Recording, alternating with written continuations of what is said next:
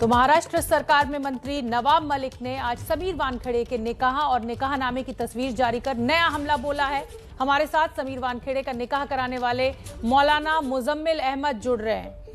वहाँ उन्होंने आपसे बात की थी, क्या क्या बातें हुई थी, कुछ बता पाएंगे? कुछ नहीं, वहाँ काजी निकाह पढ़ाने जाता है, नाम लिख के सब लाते हैं, काजी निकाह पढ़ा के चला आता है, देखता है कि सब मुसलमान है, लड़की लड़का। क्या देखा आपने, क्या क्या ये कैसे आपने पता किया कि दोनों ही मुसलमान हैं? ये किस आधार पे आप कह रहे हैं? हमारे सामने वो आया ना, ये समीर फार्म, फॉर्म आया। हाँ, और हमारे सामने बैठे भी ना वो समीर साहब।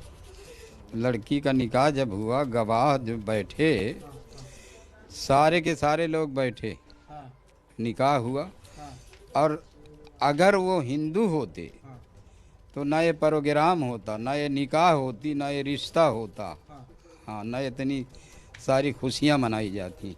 सब खुशी के साथ ये सब निकाह हुआ।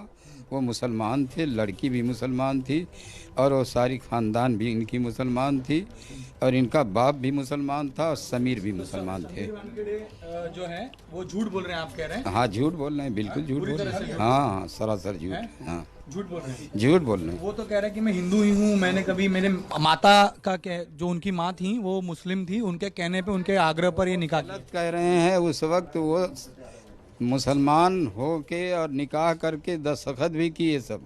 अच्छा, मुसलमान होने की। अच्छा, हाँ, सब किए उस वक्त। इस वक्त कुछ भी बोले। हाँ।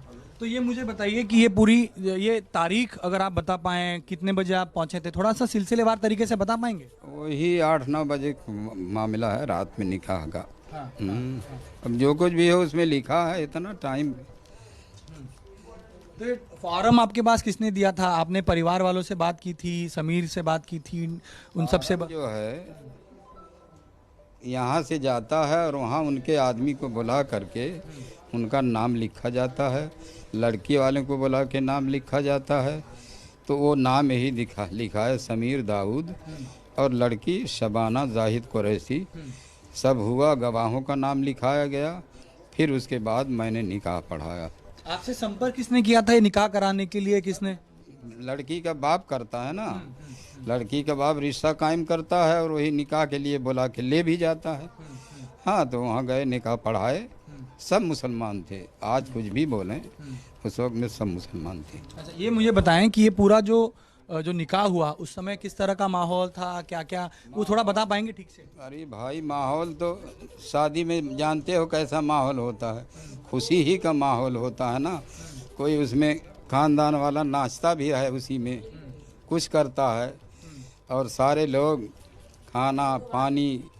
अब इस जाहिर है बम्बई में 2000 आदमी की जहाँ दावत हो तो कितना खुशी रही होगी और कितना खर्च रहा होगा। बड़ी खुशी से सब निकाह हुआ। समीर झूठ कह रहे हैं, आपको क्या लगता है क्यों झूठ कह रहे होंगे? इसलिए झूठ कह रहे हैं कि उस वक्त मुझको मुसलमान बताए, मुसलमान होकर शादी हुई। आज वो कहें कि मैं हिंदू हूँ तो झूठ नहीं है।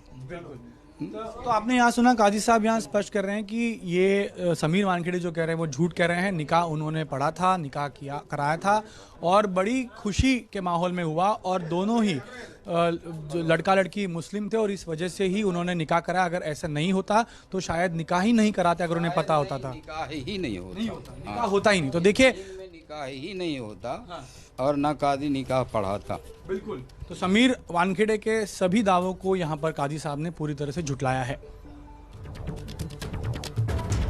तो ये आपने बातचीत सुनी मौलाना मुजम्मिल अहमद के साथ हमारे सहयोगी गणेश की, और मौलाना साहब एबीपी न्यूज के कैमरे पर बता रहे हैं कि उन्होंने निकाह पढ़वाया था। समीर वानखेड़े ने बतौर मुसलमान डॉक्टर शबाना कुरैशी से शादी की थी।